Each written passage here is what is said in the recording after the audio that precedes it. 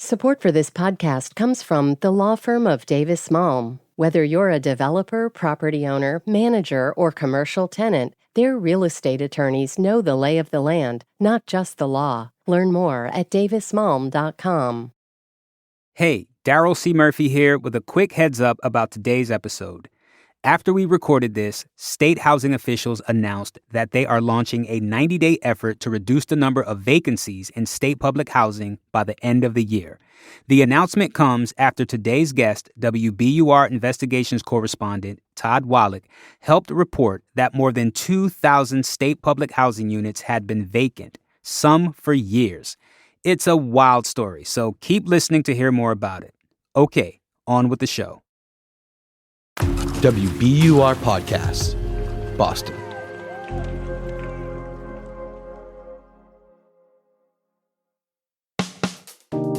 I'm Daryl C. Murphy, and you're listening to The Common. WBUR investigations correspondent Todd Wallack, welcome to The Common. Your first time. My first time. I've been waiting to talk to you about some stories, so I'm really excited to be here. Well, you have a hell of a story for us today.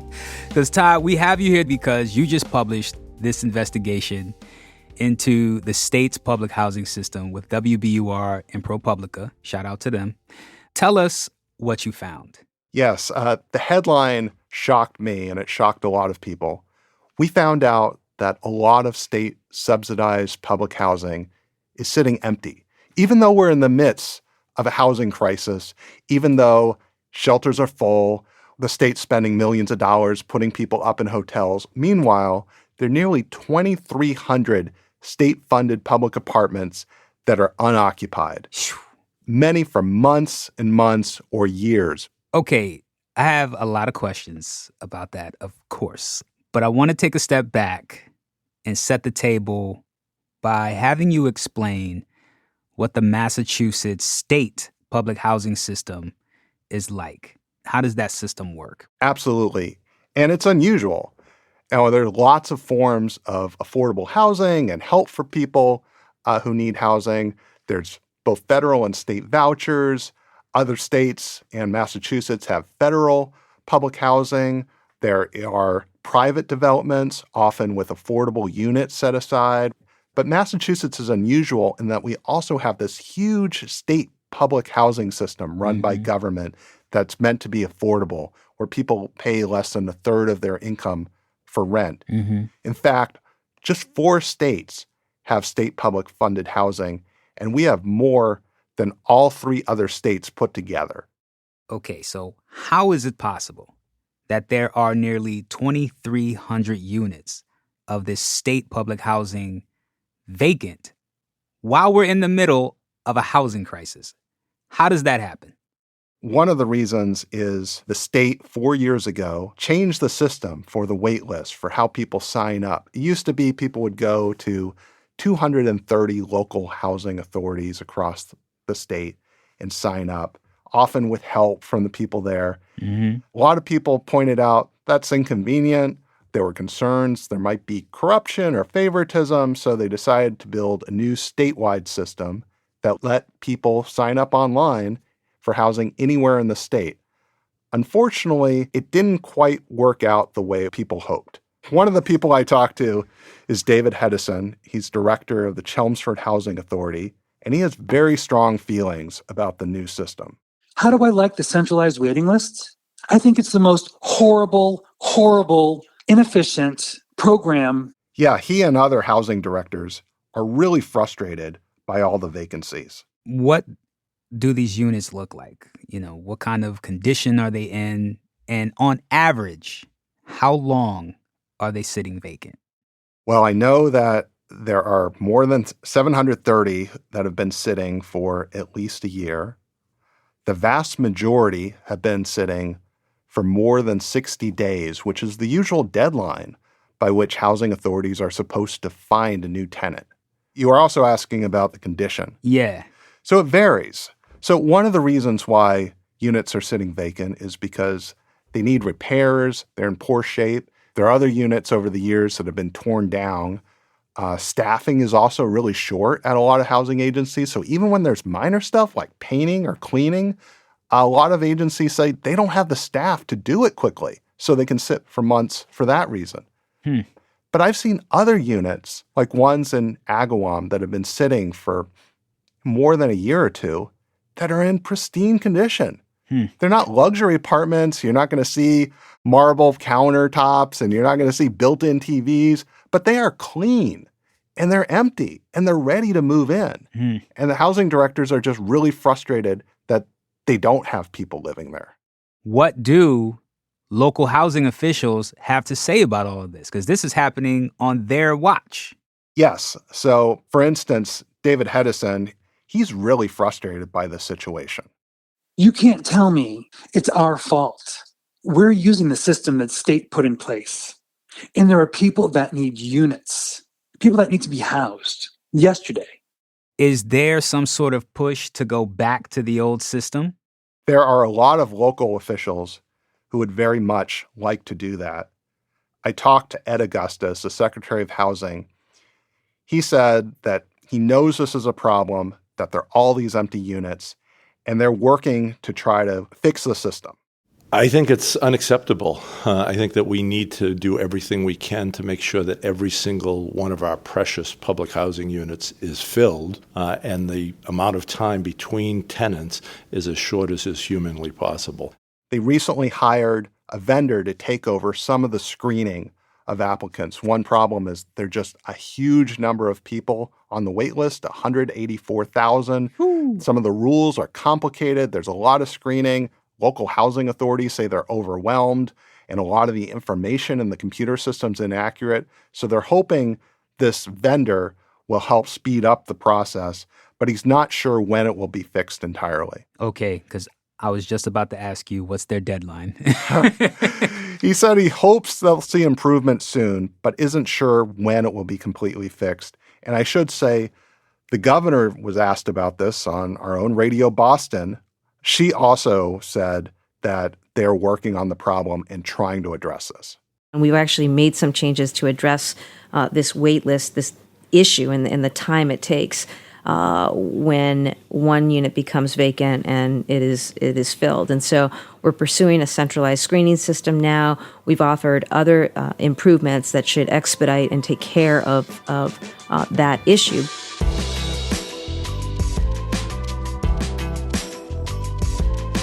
We're going to take a break, but we'll be right back.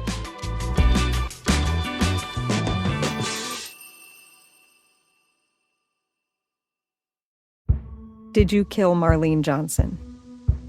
I think you're one of the first people to have actually asked. From WBUR and ZSP Media, this is Beyond All Repair, a new podcast about an unsolved murder that will leave you questioning everything. Somebody should be in jail for murdering my sister. A woman who's never been believed. As long as they think I have done this, then they're not looking for who actually did this. And that's what makes it a cold case. No, it's a botched case. And a search for the truth, once and for all. Wow, it just gets more interesting. Beyond All Repair. Listen and follow wherever you get your podcasts. Be careful.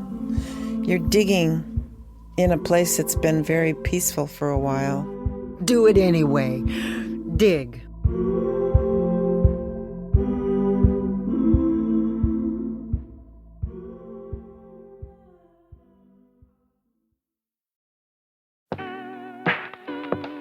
And we're back. Todd, you just told me that there's 184,000 people on the wait list, right? Yes. There's nearly 2,300 units sitting vacant. What are the challenges finding people to fill at least some of these units? There are a number of challenges. So they say a lot of the information is incorrect in the system. There's no upfront screening when people sign up, nor is there any help. The directions are complicated. A lot of the rules are complicated. So people often inadvertently sign up for priority when they don't need it, or the wrong number of bedrooms, or check the wrong box. And somebody needs to go through now and check all that and make sure it's correct. Another problem is a lot of the contact information is outdated.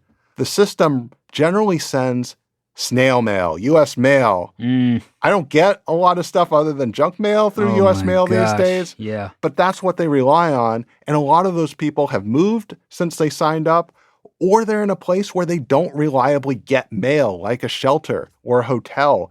And so a lot of those requests go unanswered. One housing authority director referred to it as chasing ghosts.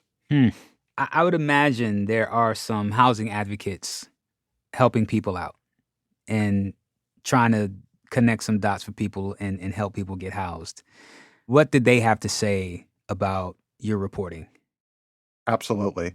One of the people I talked to is Doris Romero. She works at the Women's Lunch Place Day Shelter in Back Bay, and she was appalled to hear about all the vacancies. Honestly, that's a travesty. Like, the Commonwealth should be ashamed. There's no excuse for that. Honestly, speechless here. Romero's helped dozens of women apply for housing through the state website, and usually they hear nothing. Yeah. Well, how about the people who need to fill these units? Did you talk to anybody who is currently trying to get into state public housing? Yes, I talked to quite a few. One of the women I talked to, Deb Libby, lives in Worcester. She signed up nearly a year ago, has heard nothing, and she's facing eviction because her building sold, and she has to be out of her apartment by the end of the month, and she has no idea where she's going to go. Find me something. I mean, I'm one person. I don't have kids. I don't have a dog. I don't smoke. I don't care what floor I'm on. I mean, I'm pretty easy fit. And naturally, people like Deb Libby were just baffled and shocked to hear that there are all these empty units while they're waiting on the wait list for months or years and not hearing anything. What are the solutions here? Are there any solutions? So one of the solutions we talked about is problems with the state wait list and fixing those and addressing those. And as I mentioned, state housing officials say they're working on it. They're aware of the problem. They're hoping this marketing company can go through the applications, help clean up the data, and help speed things up. There are a bunch of housing directors that would just love them to go back to the old system where local housing authorities handled the wait list themselves. But that is one of the key blocking points that needs to be addressed. Another is that housing authorities say that they need more funding. And Money. And so many things come down to that, right? They lobbied to double the operating budget to $184 million, so 100% increase. The governor proposed 0% increase. The legislature wound up approving a 16% increase to $107 million. So they're getting more, but they say it falls short. Plus, on top of the operating budget they need to run things day to day, there is also all the repairs that have piled up years after years after years. The state estimates that there's a $3.2 billion backlog in repairs. Some advocates think it's more like $8 billion. Governor Healey says she is working on a bond measure that will include more money for housing, including public housing, but nobody expects it to equal $3.2 billion, let alone $8 billion, and clear up all of that backlog to fully repair and renovate all the existing units. We heard from Governor Healey earlier, but have you heard anything from other state officials in response to your story? Yes. The Speaker of the House, Ron Mariano, also addressed this. He said he's glad that the state is taking on the issue with the wait list and trying to improve it. He was more skeptical when it came to claims that local housing authorities need more money for staffing and repairs. I'm sure that's true in some cases, and I'm sure it's not true in other cases. So it's like any other need in a city or town. So it's unclear when lawmakers will approve more funding or how much. Todd, thank you so much for coming through to The Common. Your first appearance, you knocked it out the park. I hope it's not my last. Oh, absolutely not. You're coming back. Thank you so much for talking to us about this story. Thank you. I was really glad to be able to share it.